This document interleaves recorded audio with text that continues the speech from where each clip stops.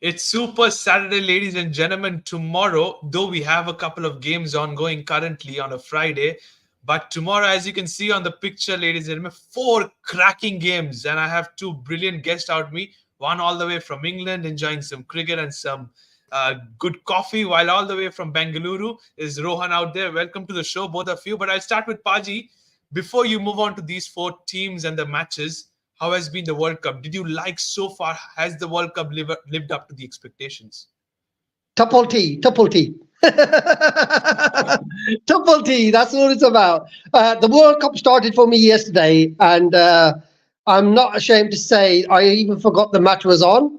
And then I was making my dinner, and then suddenly I just had a brainwave. I said, let's check the score. And it was a super over. So I watched the highlights of the game and the super over, and I just could not believe what had happened. So I think it's truly kicked off yesterday. Still, obviously, because associate nations don't get the credit what they deserve. Yesterday was a game changer for cricket. I think this is going to be, set the tournament alight now, and so forward looking to obviously Sunday. But tomorrow is going to be great. Ashes battle for me, and then Afghanistan versus New Zealand. That could be an upset as well. So should be interesting. So he said upset. Rohan, I'll come to you. Yesterday, was it really an upset for you? Not really. The US played fabulous. Even the game they played the other day versus Canada, I think they showed Yeah. what they're made of to chase 190 odd in still a couple of overs to go. And the kind of power hitting range that Aaron Jones displayed, I think they showed they're ready for the big league. Yesterday, I think they just continued that momentum and the pressure that I think because of the crowd maybe or whatever Pakistan were under, I think they used that pretty brilliantly and they played percentage cricket. They didn't try to do too much. They just played basic intelligent cricket and let the pressure get the better of Pakistan. And I think it was a well-deserved game, as Paji said. I think when associate teams come out and cause these kind of results, I think it opens up the tournament more. And that's what, as a neutral fan, if you are observing the game, you want these things to happen. And also one more thing that I would like to add was the pitches. I think slightly low bounce and slightly low scoring games, I think that what brings the difference between any two teams closer. So I think that also has aided in all these kind of games getting pretty close. And there's one thing I'll just add to that, Rowan. Yeah, Is just basically the Pakistani fans. They are so much into this idol worship, and they look at the record of their players. They don't deserve that. So I went to Edgbaston last week, and the worship of these players, and I'm thinking, why? Why are they? Why is this the case? If they've got records, they're playing for the top teams, winning top prizes. It's just saying that it's a shambles, and the nepotism that is now running rife, the politics in the pipe, it's just on another level. I think that's got a lot to do with why I think it looks like a broken team. I don't think there's any team spirit there. A lot of egos there. I think they're really going to struggle. But that makes it dangerous for Sunday. So we won't talk about Sunday, but I think that's going to be a thing to watch. Yeah, definitely. So that spices up Sunday's encounter, says Paji. We will see that. But when it comes to these four games, we have a lot of things to play for. We start with when it comes to the pitches. And here it is, the four different pitches that are going to play out here. Starting with Dallas, where Sri Lanka and Bangladesh face off early morning Indian Standard Time. Rohan, has been one of the best stadiums so far in the World Cup. Yeah, better of the batting surfaces, I feel. Good true bounce compared to the other venues. So you're seeing those kind of 180 plus kind of scores, and similar to what we saw in the IPL. So if you are wanting for the entertainment factor with all those big hits, sixers, and all those things, I think that kind of venue has been suiting that. But all other places, I think, has been more bowler friendly and made the contest a little more appealing. But Dallas, I think, has the Texas hot weather, I think, has baked the pitches pretty well. Absolutely. And when it comes to then we shift to Guyana, Paji, where you see you'd said we might see a upset out there. New Zealand take on Afghanistan. A spinning surface, but we also see a lot of runs taking place. Whom do you fancy out there? Which team will suit more, Guyana? As I say, it's definitely going to be spin-friendly conditions now, and the longer the tournament goes, the better it's going to be for the spinners. That's why I think India have selected their team. If they go to the West Indies, on a bit of more used pitches, I think it's going to really suit them. At the moment, pitches are quite fresh. Weather is up and down in the West Indies as well. So again, I think the spinners will have something in there. There'll be something in the fast bowlers, but again, you still need to score above par scores, especially if you're batting first. I think the batting second team is always going to be, given the advantage on these pitches. We saw that a bit in New York as well. After India, when India batted second, the pitch seemed to settle down a bit more. And I think the same thing will go in the West Indies as well. Absolutely, and that's going to make it even more interesting because the group has just opened up when it comes to New Zealand because of the performance Afghanistan created against Uganda. So we might see what happens, but then we shift on, Paji, when it comes to this was the real upset in 2022, and now it's at New York. When you see South Africa facing on Netherlands, do you really think, Paji, I'll come back to you once again, do you really think South Africa can upset again and lose? Because I don't think so, because New York will suit the pace of South Africans bowlers, especially Hendrik Nokia. Yeah, we've seen the bounce issues in New York. Quicker bowlers definitely have some fun on that pitch. Arshdeep said in his interview, his eyes lighted up when he just saw the pitch. Obviously, that's telling you that there's some juice in that pitch.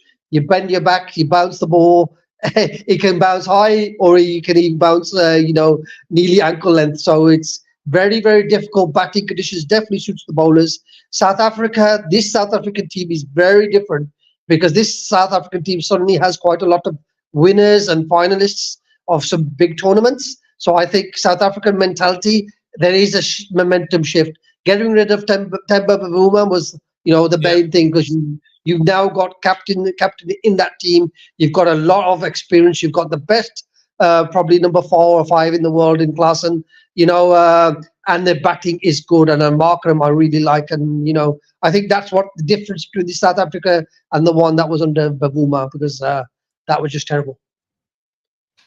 Okay, so this is one more stadium then, and the reason why I asked you to describe New York is because at Barbados we have the Ashes Battle, and I'll come to you, Rohan.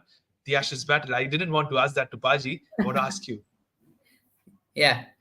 Barbados, I think we did see the pitch assisting us, the spinners a lot more, and that may just help someone like Adil Rashid there, having bowled, though it was a truncated game against the Scots. But Australia will be fancying there. We saw how much of muscle power Stoinis and company were scoring. I think it will be an even contest. The Ashes always has that hype around it. I think the pitch having a little bit of two paceness and slowish, skiddy kind of this surface. Not the old Barbados that we're used to, the pace and bounce, the Bajans vying for blood. I think this kind of typical Caribbean now, I think may suit a little bit more to the Asian teams, I feel. But we need to remember one thing, Preetham, the final is also at Barbados.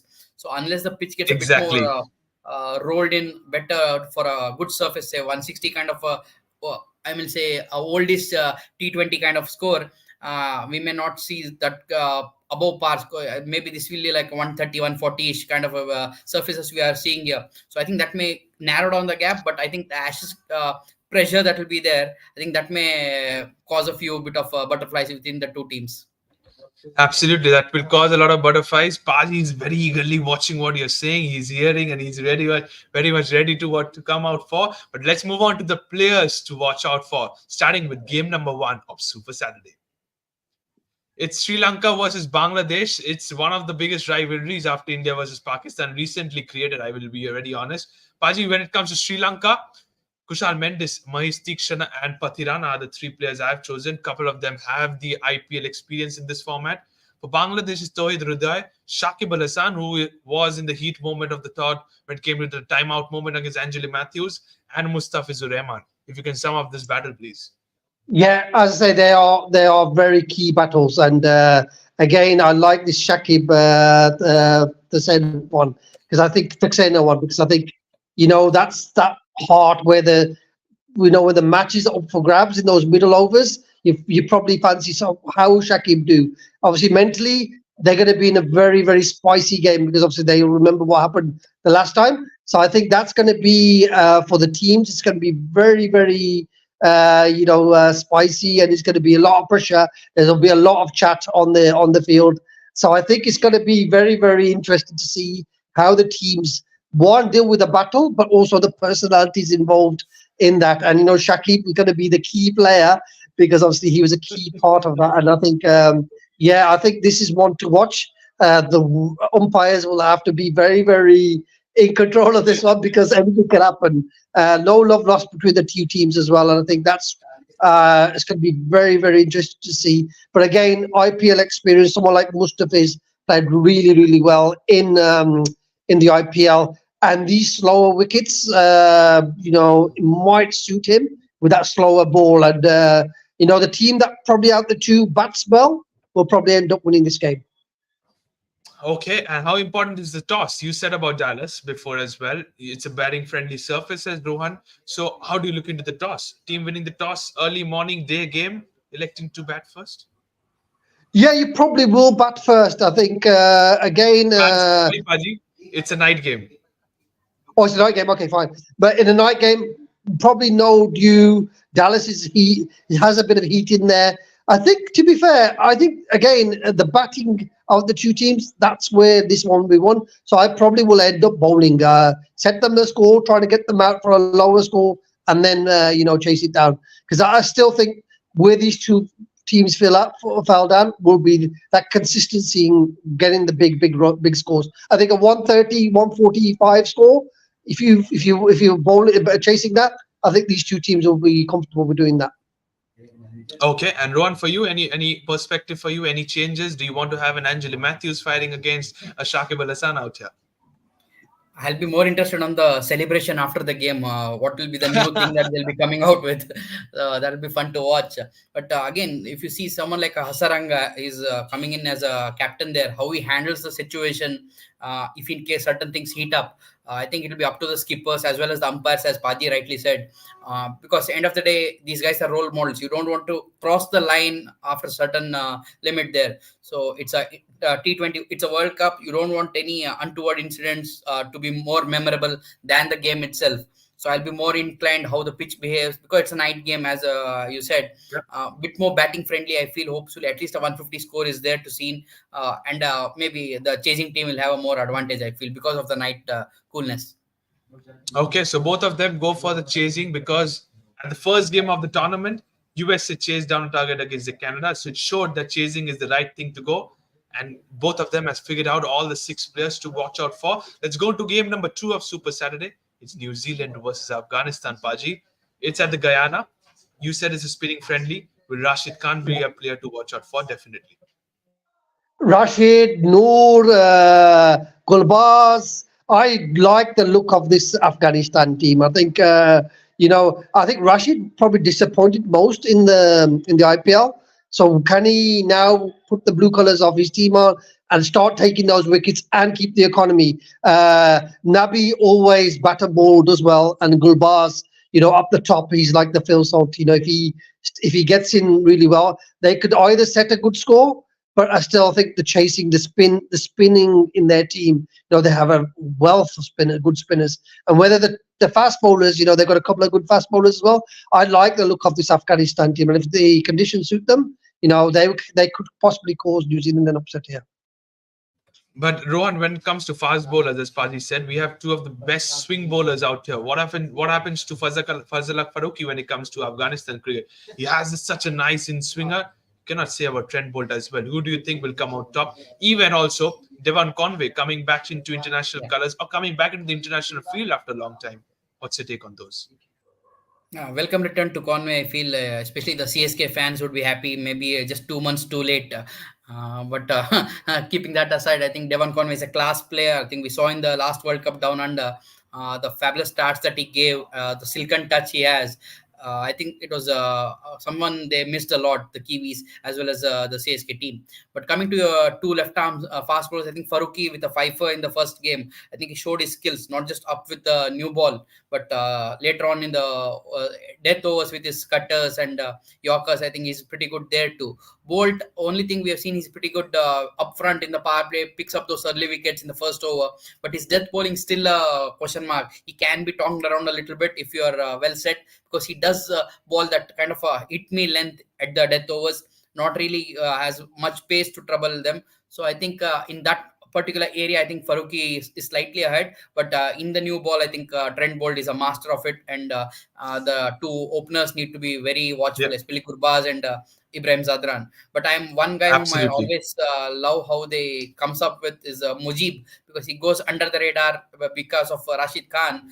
He always does the pretty much a good job there, keeps the end up. I think if Mujib has a decent day, even if he picks a few wickets, I think New Zealand will be slightly under pressure at Guyana. Yeah. Okay, so you have figured out at Guyana, and Mujib played ahead of Noor Ahmed, to be very honest, to the first game. I think they will go with that same combination. Now we move on to New York, and that's what I am seeing. I'm seeing the two Proteas pacers to do the duties for the South African side against a very good side of Netherlands. But do you think, Paji, they can come out and do what they did in 2022? I don't think so. I just really another team that I like is the look of this South African team. I think good leadership they've got now. They've got winners in their team. Extra bounce of Janssen, is going to cause them a lot of problems, I think. And Norche. So this is the proper Norche, not the one that played for these. This is the proper Norche, and then obviously Rabada is Rabada. And again, they can also change it up with the spin options. Obviously, Markham could add with the spin. Shamsi, they've got him and Shamsi Maharaj. didn't play, So, but they had Maharaj. Shamsi didn't play yeah, the previous game. well, they have options. That's what I'm saying. They have options on the conditions. If they need to put an extra spinner in, they've got the extra spinner, but they also have, in Markram, who could bowl those 2 or 3 overs, especially against a lesser team. I think he'll be very, very effective. So if they want to change it up, they can do it. Because obviously, Rabard and Noche, Janssen, you're looking at, pretty quick space. And it's also good, you don't want these associate teams getting used to a type of bowling. You want to mix it up with them and challenge them on the skill level, because I think South Africa are very, very superior. I really can't see. I'll be more surprised if South Africa lose this game than I was of Pakistan losing against USA. Let's put it that way. Okay, but Rohan, there's a question for you here. Henrik Klassen will be the player to watch out for South Africa in the middle orders as well as the finisher. Do you disagree or agree? Definitely, man. He's a monster player, especially coming back end of the innings. He can hit those big hits, and his strike rate is also pretty impressive always. Along with him, one more guy is someone like a Tristan Stubbs. He did pretty well for DC in the recent IPL. Still new to international cricket, but I think he's in form better than Klaasen, I feel, because he's the kind of guy who can from ball one get going. So Stubbs along with Klaasen will be a much more deadly duo at the fag end. So I think these two will be more lethal combo for the Netherlands to keep in mind. And I'll just put Absolutely. it on That's Tristan Stubbs. Tristan yeah, Stubbs Tristan is Stubbs. he's definitely one that I didn't see what happened in the IPL. I never saw that in him. This Devort Brevis, baby. They're shouting about him. Tristan Stubbs went under the radar, and the way he strikes the ball. Oh my God, that's such a class. And these players are coming into form. The big thing is these players are coming into good form during this World Cup. And that last Yeah, year, there was the leadership was to blame for them. Losing against Netherlands last time. And I'm pretty certain of that. exactly. That's what is matters. But now we move on to the big game. I have to start it with Paji. Paji, here are the three players I've chosen from each of the sides. Ashes game at Barbados. How special is this? It is going to be a special game, and the one I would probably add would be obviously Archer. Is homecoming for Archer, and I think when you play at your home ground, you just have that extra 5% in your arsenal. You just want to really, really, the conditions, and you just want to play there. So I think Archer would be there for me. But look at the strength of this team. Marsh, I don't like Marsh at all. Just get rid of him. Get rid of him. Throw him out. Throw him out. It's just a waste of space. But the other two, what Maxwell turns up, if the Maxwell turns up with the RCB one with a bat, you'll be happy. And then He Stark, did turn obviously up with looking the at that. RCB one against the previous game. Yeah, so we could see potentially Stark versus Salt for all the KKR fans. That will be a very, very interesting battle. But the surprise thing was they dropped the Australian red ball captain, Pat Cummins. How can he do that? Resting. That's what they've done. Okay, They so that, nobody that sums up usually. all the 4 games. That sums up all the 4 games. We're done with it, ladies and gentlemen. It's time for the predictions. Have to start it with Paji. First game, Bangladesh versus Sri Lanka. You can make all your 4 predictions, then I'll come to Ruan. Okay, I'm going to go for Sri Lanka. I think again, I just think they're a bit stronger, and I think they'll want to win this game a bit more than Bangladesh. So I'm going to go for Sri Lanka in that game. The next game, Kiwis versus Afghanistan. I'm going to go for a big upset. I'm going for Afghanistan. Definitely going for South Africa against New Zealand, 100%. And I'm going to go for England to beat Australia. So England, South Africa, Afghanistan, and Sri Lanka, you said? I said Sri Lanka, yeah. Okay, these are 4 teams. Rohan, what's yours?